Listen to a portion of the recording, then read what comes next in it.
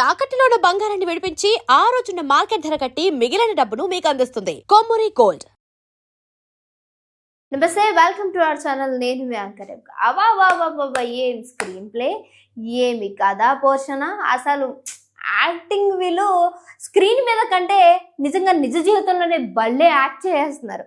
అసలు ఎందుకంటున్నారో తెలుసా, వెనకాల మీకు ఒక ఆనుముత్యాలు లాంటి కొంతమంది మనుషులు కనిపిస్తున్నారు. ఈరోజు ఒక అమ్మాయి జీవితాన్ని ఇంత దారుణంగా ఖరాబ్ చేయడానికి కారణం అదేంటో తెలుసా, ఎవరైతే ఈశ్వర్ సాయి అలాగే ఈశ్వర్ సాయి వైఫ్ ఇద్దరు కూడా ప్రీ ప్లాన్డ్ గానే ఇది ప్లాన్ చేసుకుని ఈరోజు ఆ అమ్మాయి జీవితాన్ని నడి రోడ్డు మీద బయటికి లాగినట్టు తెలుస్తుంది. ఎందుకంటున్నాను అనేది చెప్తాను.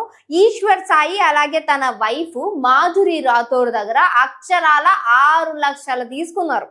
అది అప్పుగా తీసుకున్నారా లేదా ఇంకేమైనా కారణాల చేత తీసుకున్నారా తెలీదు, కానీ ఆ అప్పు తిరిగి ఇవ్వాల్సినటువంటి టైము దగ్గరికి వచ్చింది. అంతే. ఇక ఈశ్వర్ సాయికి మైండ్ లో ఒక దరిద్రమైన ఆలోచన వచ్చినట్టుంది, లేదా వాళ్ళ ఆవిడికి వచ్చింది తెలియదు, ఇద్దరు ఎవరికి వచ్చింది తెలియదు, కానీ అమ్మాయి జీవితాన్ని అయితే సర్వనాశనం చేశారు కదా.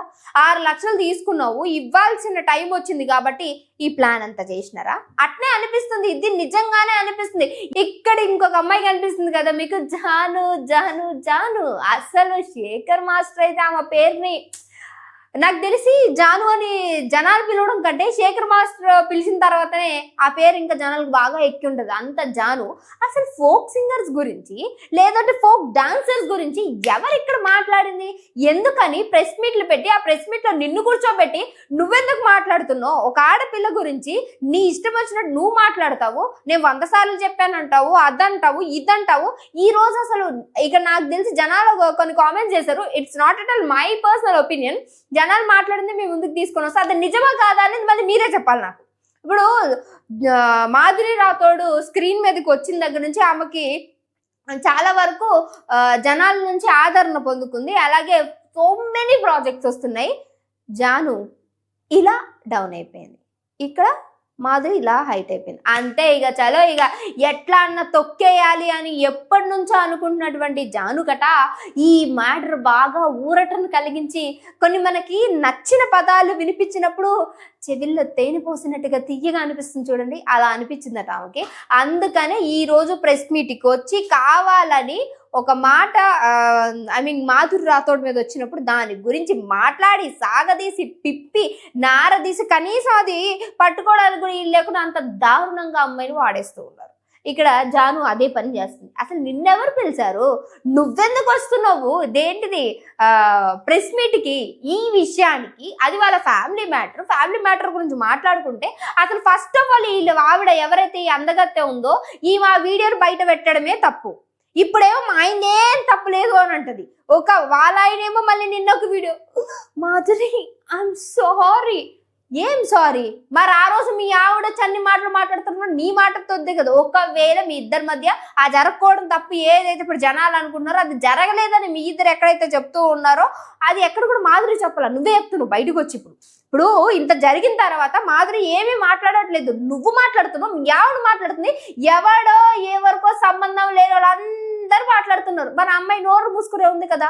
మీ పాటికి మీరు కూడా పెట్టుకున్నారు, చేసినారు, మూసుకొని ఉండాలా. కేసు పెట్టినారు, మూసుకొని ఉండాలా.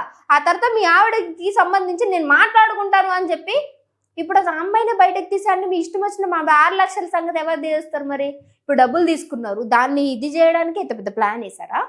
ఇదంతా అర్థమవుతుంది. ఇంకా చాలా ఉన్నాయి ప్రూఫ్స్ అని బయటకు రావాల్సి ఉందట. అవన్నీ వచ్చిన తర్వాత వీళ్ళ భాగోతాలన్నీ బయట పెడతాయి. ఈమెదుకు మాట్లాడుతుంది, ఈయనేమో ఐఎమ్ సారీ మాధురి, నన్ను క్షమించు, నా వల్లే ఇదంతా అయింది. ఆ రోజు మీ ఆవిడ వచ్చి మాట్లాడుతుంటే ఎల్లా అమ్మాయిని కొడుతుంటే ఎవరిచ్చారు మీ ఆవిడికి రైట్? మాధురి రాథోడ్ని కొట్టడానికి ఎవరిచ్చారు? ఎస్, అఫ్ కోర్స్ తను చేసిన తప్పై ఉండొచ్చు, ఇల్లీగల్ రిలేషన్షిప్ పెట్టుకోవడం తప్పై ఉండొచ్చు. నీకు అడుగుతుంది కదా, అమ్మాయి వచ్చి మీద పడి వాలిపోయి గోకి అది చేస్తే ఇది చేస్తే అబ్బాయి ఖచ్చితంగా దారి తప్పుతాడని మనం అంత ప్రతివతుడు అయితే మరి దేనికట మీ ఆవిడ అంతగానం చేయడం? ఇప్పుడు నిన్ను మాత్రం సేఫ్ సైడ్ లో పెట్టేసి అమ్మాయికి పెళ్లి కూడా కాలేదు కదా, మరి ఆవిడ జీవితాన్ని కదా నాశనం. అంటే మీ అందరూ కలిసి ఇక్కడ నాకు తెలిసిందంత కాదు, నేను చదివినటువంటి కొన్ని కామెంట్స్, నేను చేసినటువంటి ఏదైతే న్యూస్ లో విన్నావే నేను మీతో మాట్లాడుతున్నా. ఆ అమ్మాయి జీవితం నాశనం చేయాలి, బొగ్గుపోలు చెయ్యాలి, ఆమెకి ఎలాంటి ప్రాజెక్ట్స్ రావద్దు అని అనుకుంటున్నారు. కానీ మీకు అర్థం కాని విషయం ఏంటంటే ఇప్పుడు టోటల్ అగైనిస్ట్ గా మీకే తయారయ్యారు జనాలు. మాధురి రాథోడ్కి అందరూ కూడా నిలిచారు. ఈవెన్ తన సైడ్ ఉన్న ఒక్క సైడ్ మిస్టేక్ ఉంది, కానీ ఇలా పోక్ చేసి ఆ అమ్మాయి లైఫ్ స్పాయిల్ చేయకూడదు. ఈవెన్ దో బాడీ షేమింగ్ కూడా చేసే విధంగా చేస్తున్నారంటే దిస్ ఇస్ ఓన్లీ మీదే ఫాల్ట్. అంటే అమ్మాయి మేకప్ లేకుండా కనిపించింది కాబట్టి దాన్ని మళ్ళీ తీసి ఇప్పుడు వచ్చే ప్రాజెక్ట్స్ అన్ని కూడా ఈవెన్ దో తనకి ఇక్కడ చూసారా ఇదొక విధంగా ఇక్కడ ఒక విధంగా ఉందంటే వేస్తూ కావాలని పోక్ చేస్తున్నారు. అమ్మాయి బాడీని షేమింగ్ చేయడానికి మీరెవరు అసలు? ఫస్ట్ ఆఫ్ ఆల్ దేనికి చేస్తారు బాడీ షేమింగ్? ఎందుకు చేస్తారు అసలు? అమ్మాయిని వితౌట్ మేకప్ తోటి ఆమె పర్మిషన్ అక్కడ బయటకు మీరెవరు పెట్టడానికి? సరే పెట్టిన తర్వాత అదే విధంగా మీ ఆయనను ఫస్ట్ మీ ఆయన చంప అలగొట్టి వాడిని బయటకు పొమ్మని చెప్పాలా. ఆ తర్వాత నువ్వు అమ్మాయి దగ్గరికి వెళ్ళాలి, ఎందుకంటే మీ ఆయన హక్కు నీ మీద కాబట్టి ఫస్ట్ మీ ఆయన్ని కొట్టాలి. ఆ తర్వాత నువ్వు మాధురి దగ్గరికి వెళ్ళి ఒక దెబ్బేసి నువ్వు ఎట్లా చేస్తావు, నువ్వు నన్ను మోసం చేసినావు, నన్ను అక్క అని పిలిచినావు, నువ్వు ఎట్లా మోసం చేస్తావు అప్పుడు ఆమె దగ్గరికి వెళ్ళాలా. నీకెవరు ఇచ్చాడు? మీ ఆయన మాత్రం పట్టుకుని చెప్పురా చెప్పు 10 మంది అదే అవుతావు. మరి వెనకాల నుంచి సారీ టు సే దిస్ నిజంగానే కోపం వస్తుంది నాకు ఈ విషయంలో. ఏం మీ అక్కట ఆమె చెప్పురా చెప్పు, రే సిగ్గులేనుడా ఎలా రా 10 మందితో అని. మరి నువ్వేం చేస్తున్నావు? మీ మరిది ఏం చేస్తున్నాడు ఆడ? మీ మరిది కూడా సేమ్ క్యారెక్టర్ కదా. మరి నీకు నీ చెల్లిని పెళ్లి చేసుకుని ఒక పిల్లోడు ఉండి మళ్ళీ వాడిని అక్కడ కూర్చోబెట్టి వాడు రేపొద్దున ఆ వీడియోలు చూస్తే వాడు పెద్ద అయినాక వాడికి ఎంత షేమ్గా ఉంటుంది. వాడిని ఎంతమంది ఇచ్చేస్తే కనీసం ఇంకిత జ్ఞానం ఉంటుందా? అది మీ పర్సనల్ మ్యాటర్, పర్సనల్గానే చేసుకుండాల్సింది. అంత నీకు నచ్చిన తర్వాత ఇంకా నీ వల్ల కావట్లేదు అప్పుడు పెట్టుండాల్సింది. దాదాపు వీడియో తీయడము ఇట్లా వేసేయడము, తర్వాత మా ఆయనకి ఏమీ తప్పులేదు, మా ఆయన చాలా శుద్ధపూస, నేనే పెద్ద వెన్న అన్నట్టు ఏంటేంటో స్టేట్మెంట్లు. ఇప్పుడు దీనికి తోడు ఇప్పుడు వేదాంశ్ వెళ్తే మీ ఇష్టం వచ్చినట్టు మీరు మాట్లాడతారు, వాళ్ళు అట్లా మాట్లాడతారు, వీరు ఇట్లా మాట్లాడతారు, 2 చేతులు క్లాప్స్ మాట్లాడింది నేనే. మరి అంతే కదా, ఒక్క చేయగలిగితే క్లాప్స్ అవ్వదమ్మా, 2 చేతులు వినిపిస్తుందా గట్టిగా? ఇట్లా కొడితేనే వినిపిస్తుంది. ఇప్పుడు వేసుకో, ఇప్పుడు మాట్లాడు నా గురించి. నువ్వు వీడియోలో కూడా మాట్లాడుతున్నావు కదా, 2 చేతులు కలిస్తే క్లాప్స్ అంటున్నారు, అదన్నారు ఇదన్నారు. మరి ఉన్నది మాట్లాడితే ఉలికెక్కువ అంటారు కదా. సేమ్ మీరు ఇదే బాధ్యతకు చెందినట్టు ఉన్నారు. అసలు మీ ఆయన అయితే దేనికి చేస్తున్నా ఈశ్వర్ సాయి నిజంగా ఇలాంటి వాళ్ళు పోయి నమ్మింది చూడు ఈ పిల్ల, ఈ మాధురి రాథోడ్. ఈవెన్ అనాలా ఫస్ట్ డబ్బులకి పాయా, పేరుకు పాయా. ఈ రోజు ఎవరో తెలియని సో కాల్డ్ ఫోక్ సింగర్స్ వచ్చి మాట్లాడుతున్నారు. ఈడ అసలు ప్రెస్ మీట్లు ఎందుకు పెడుతున్నారు, దేనికోసం ఎవరు మాట్లాడుతున్నారు?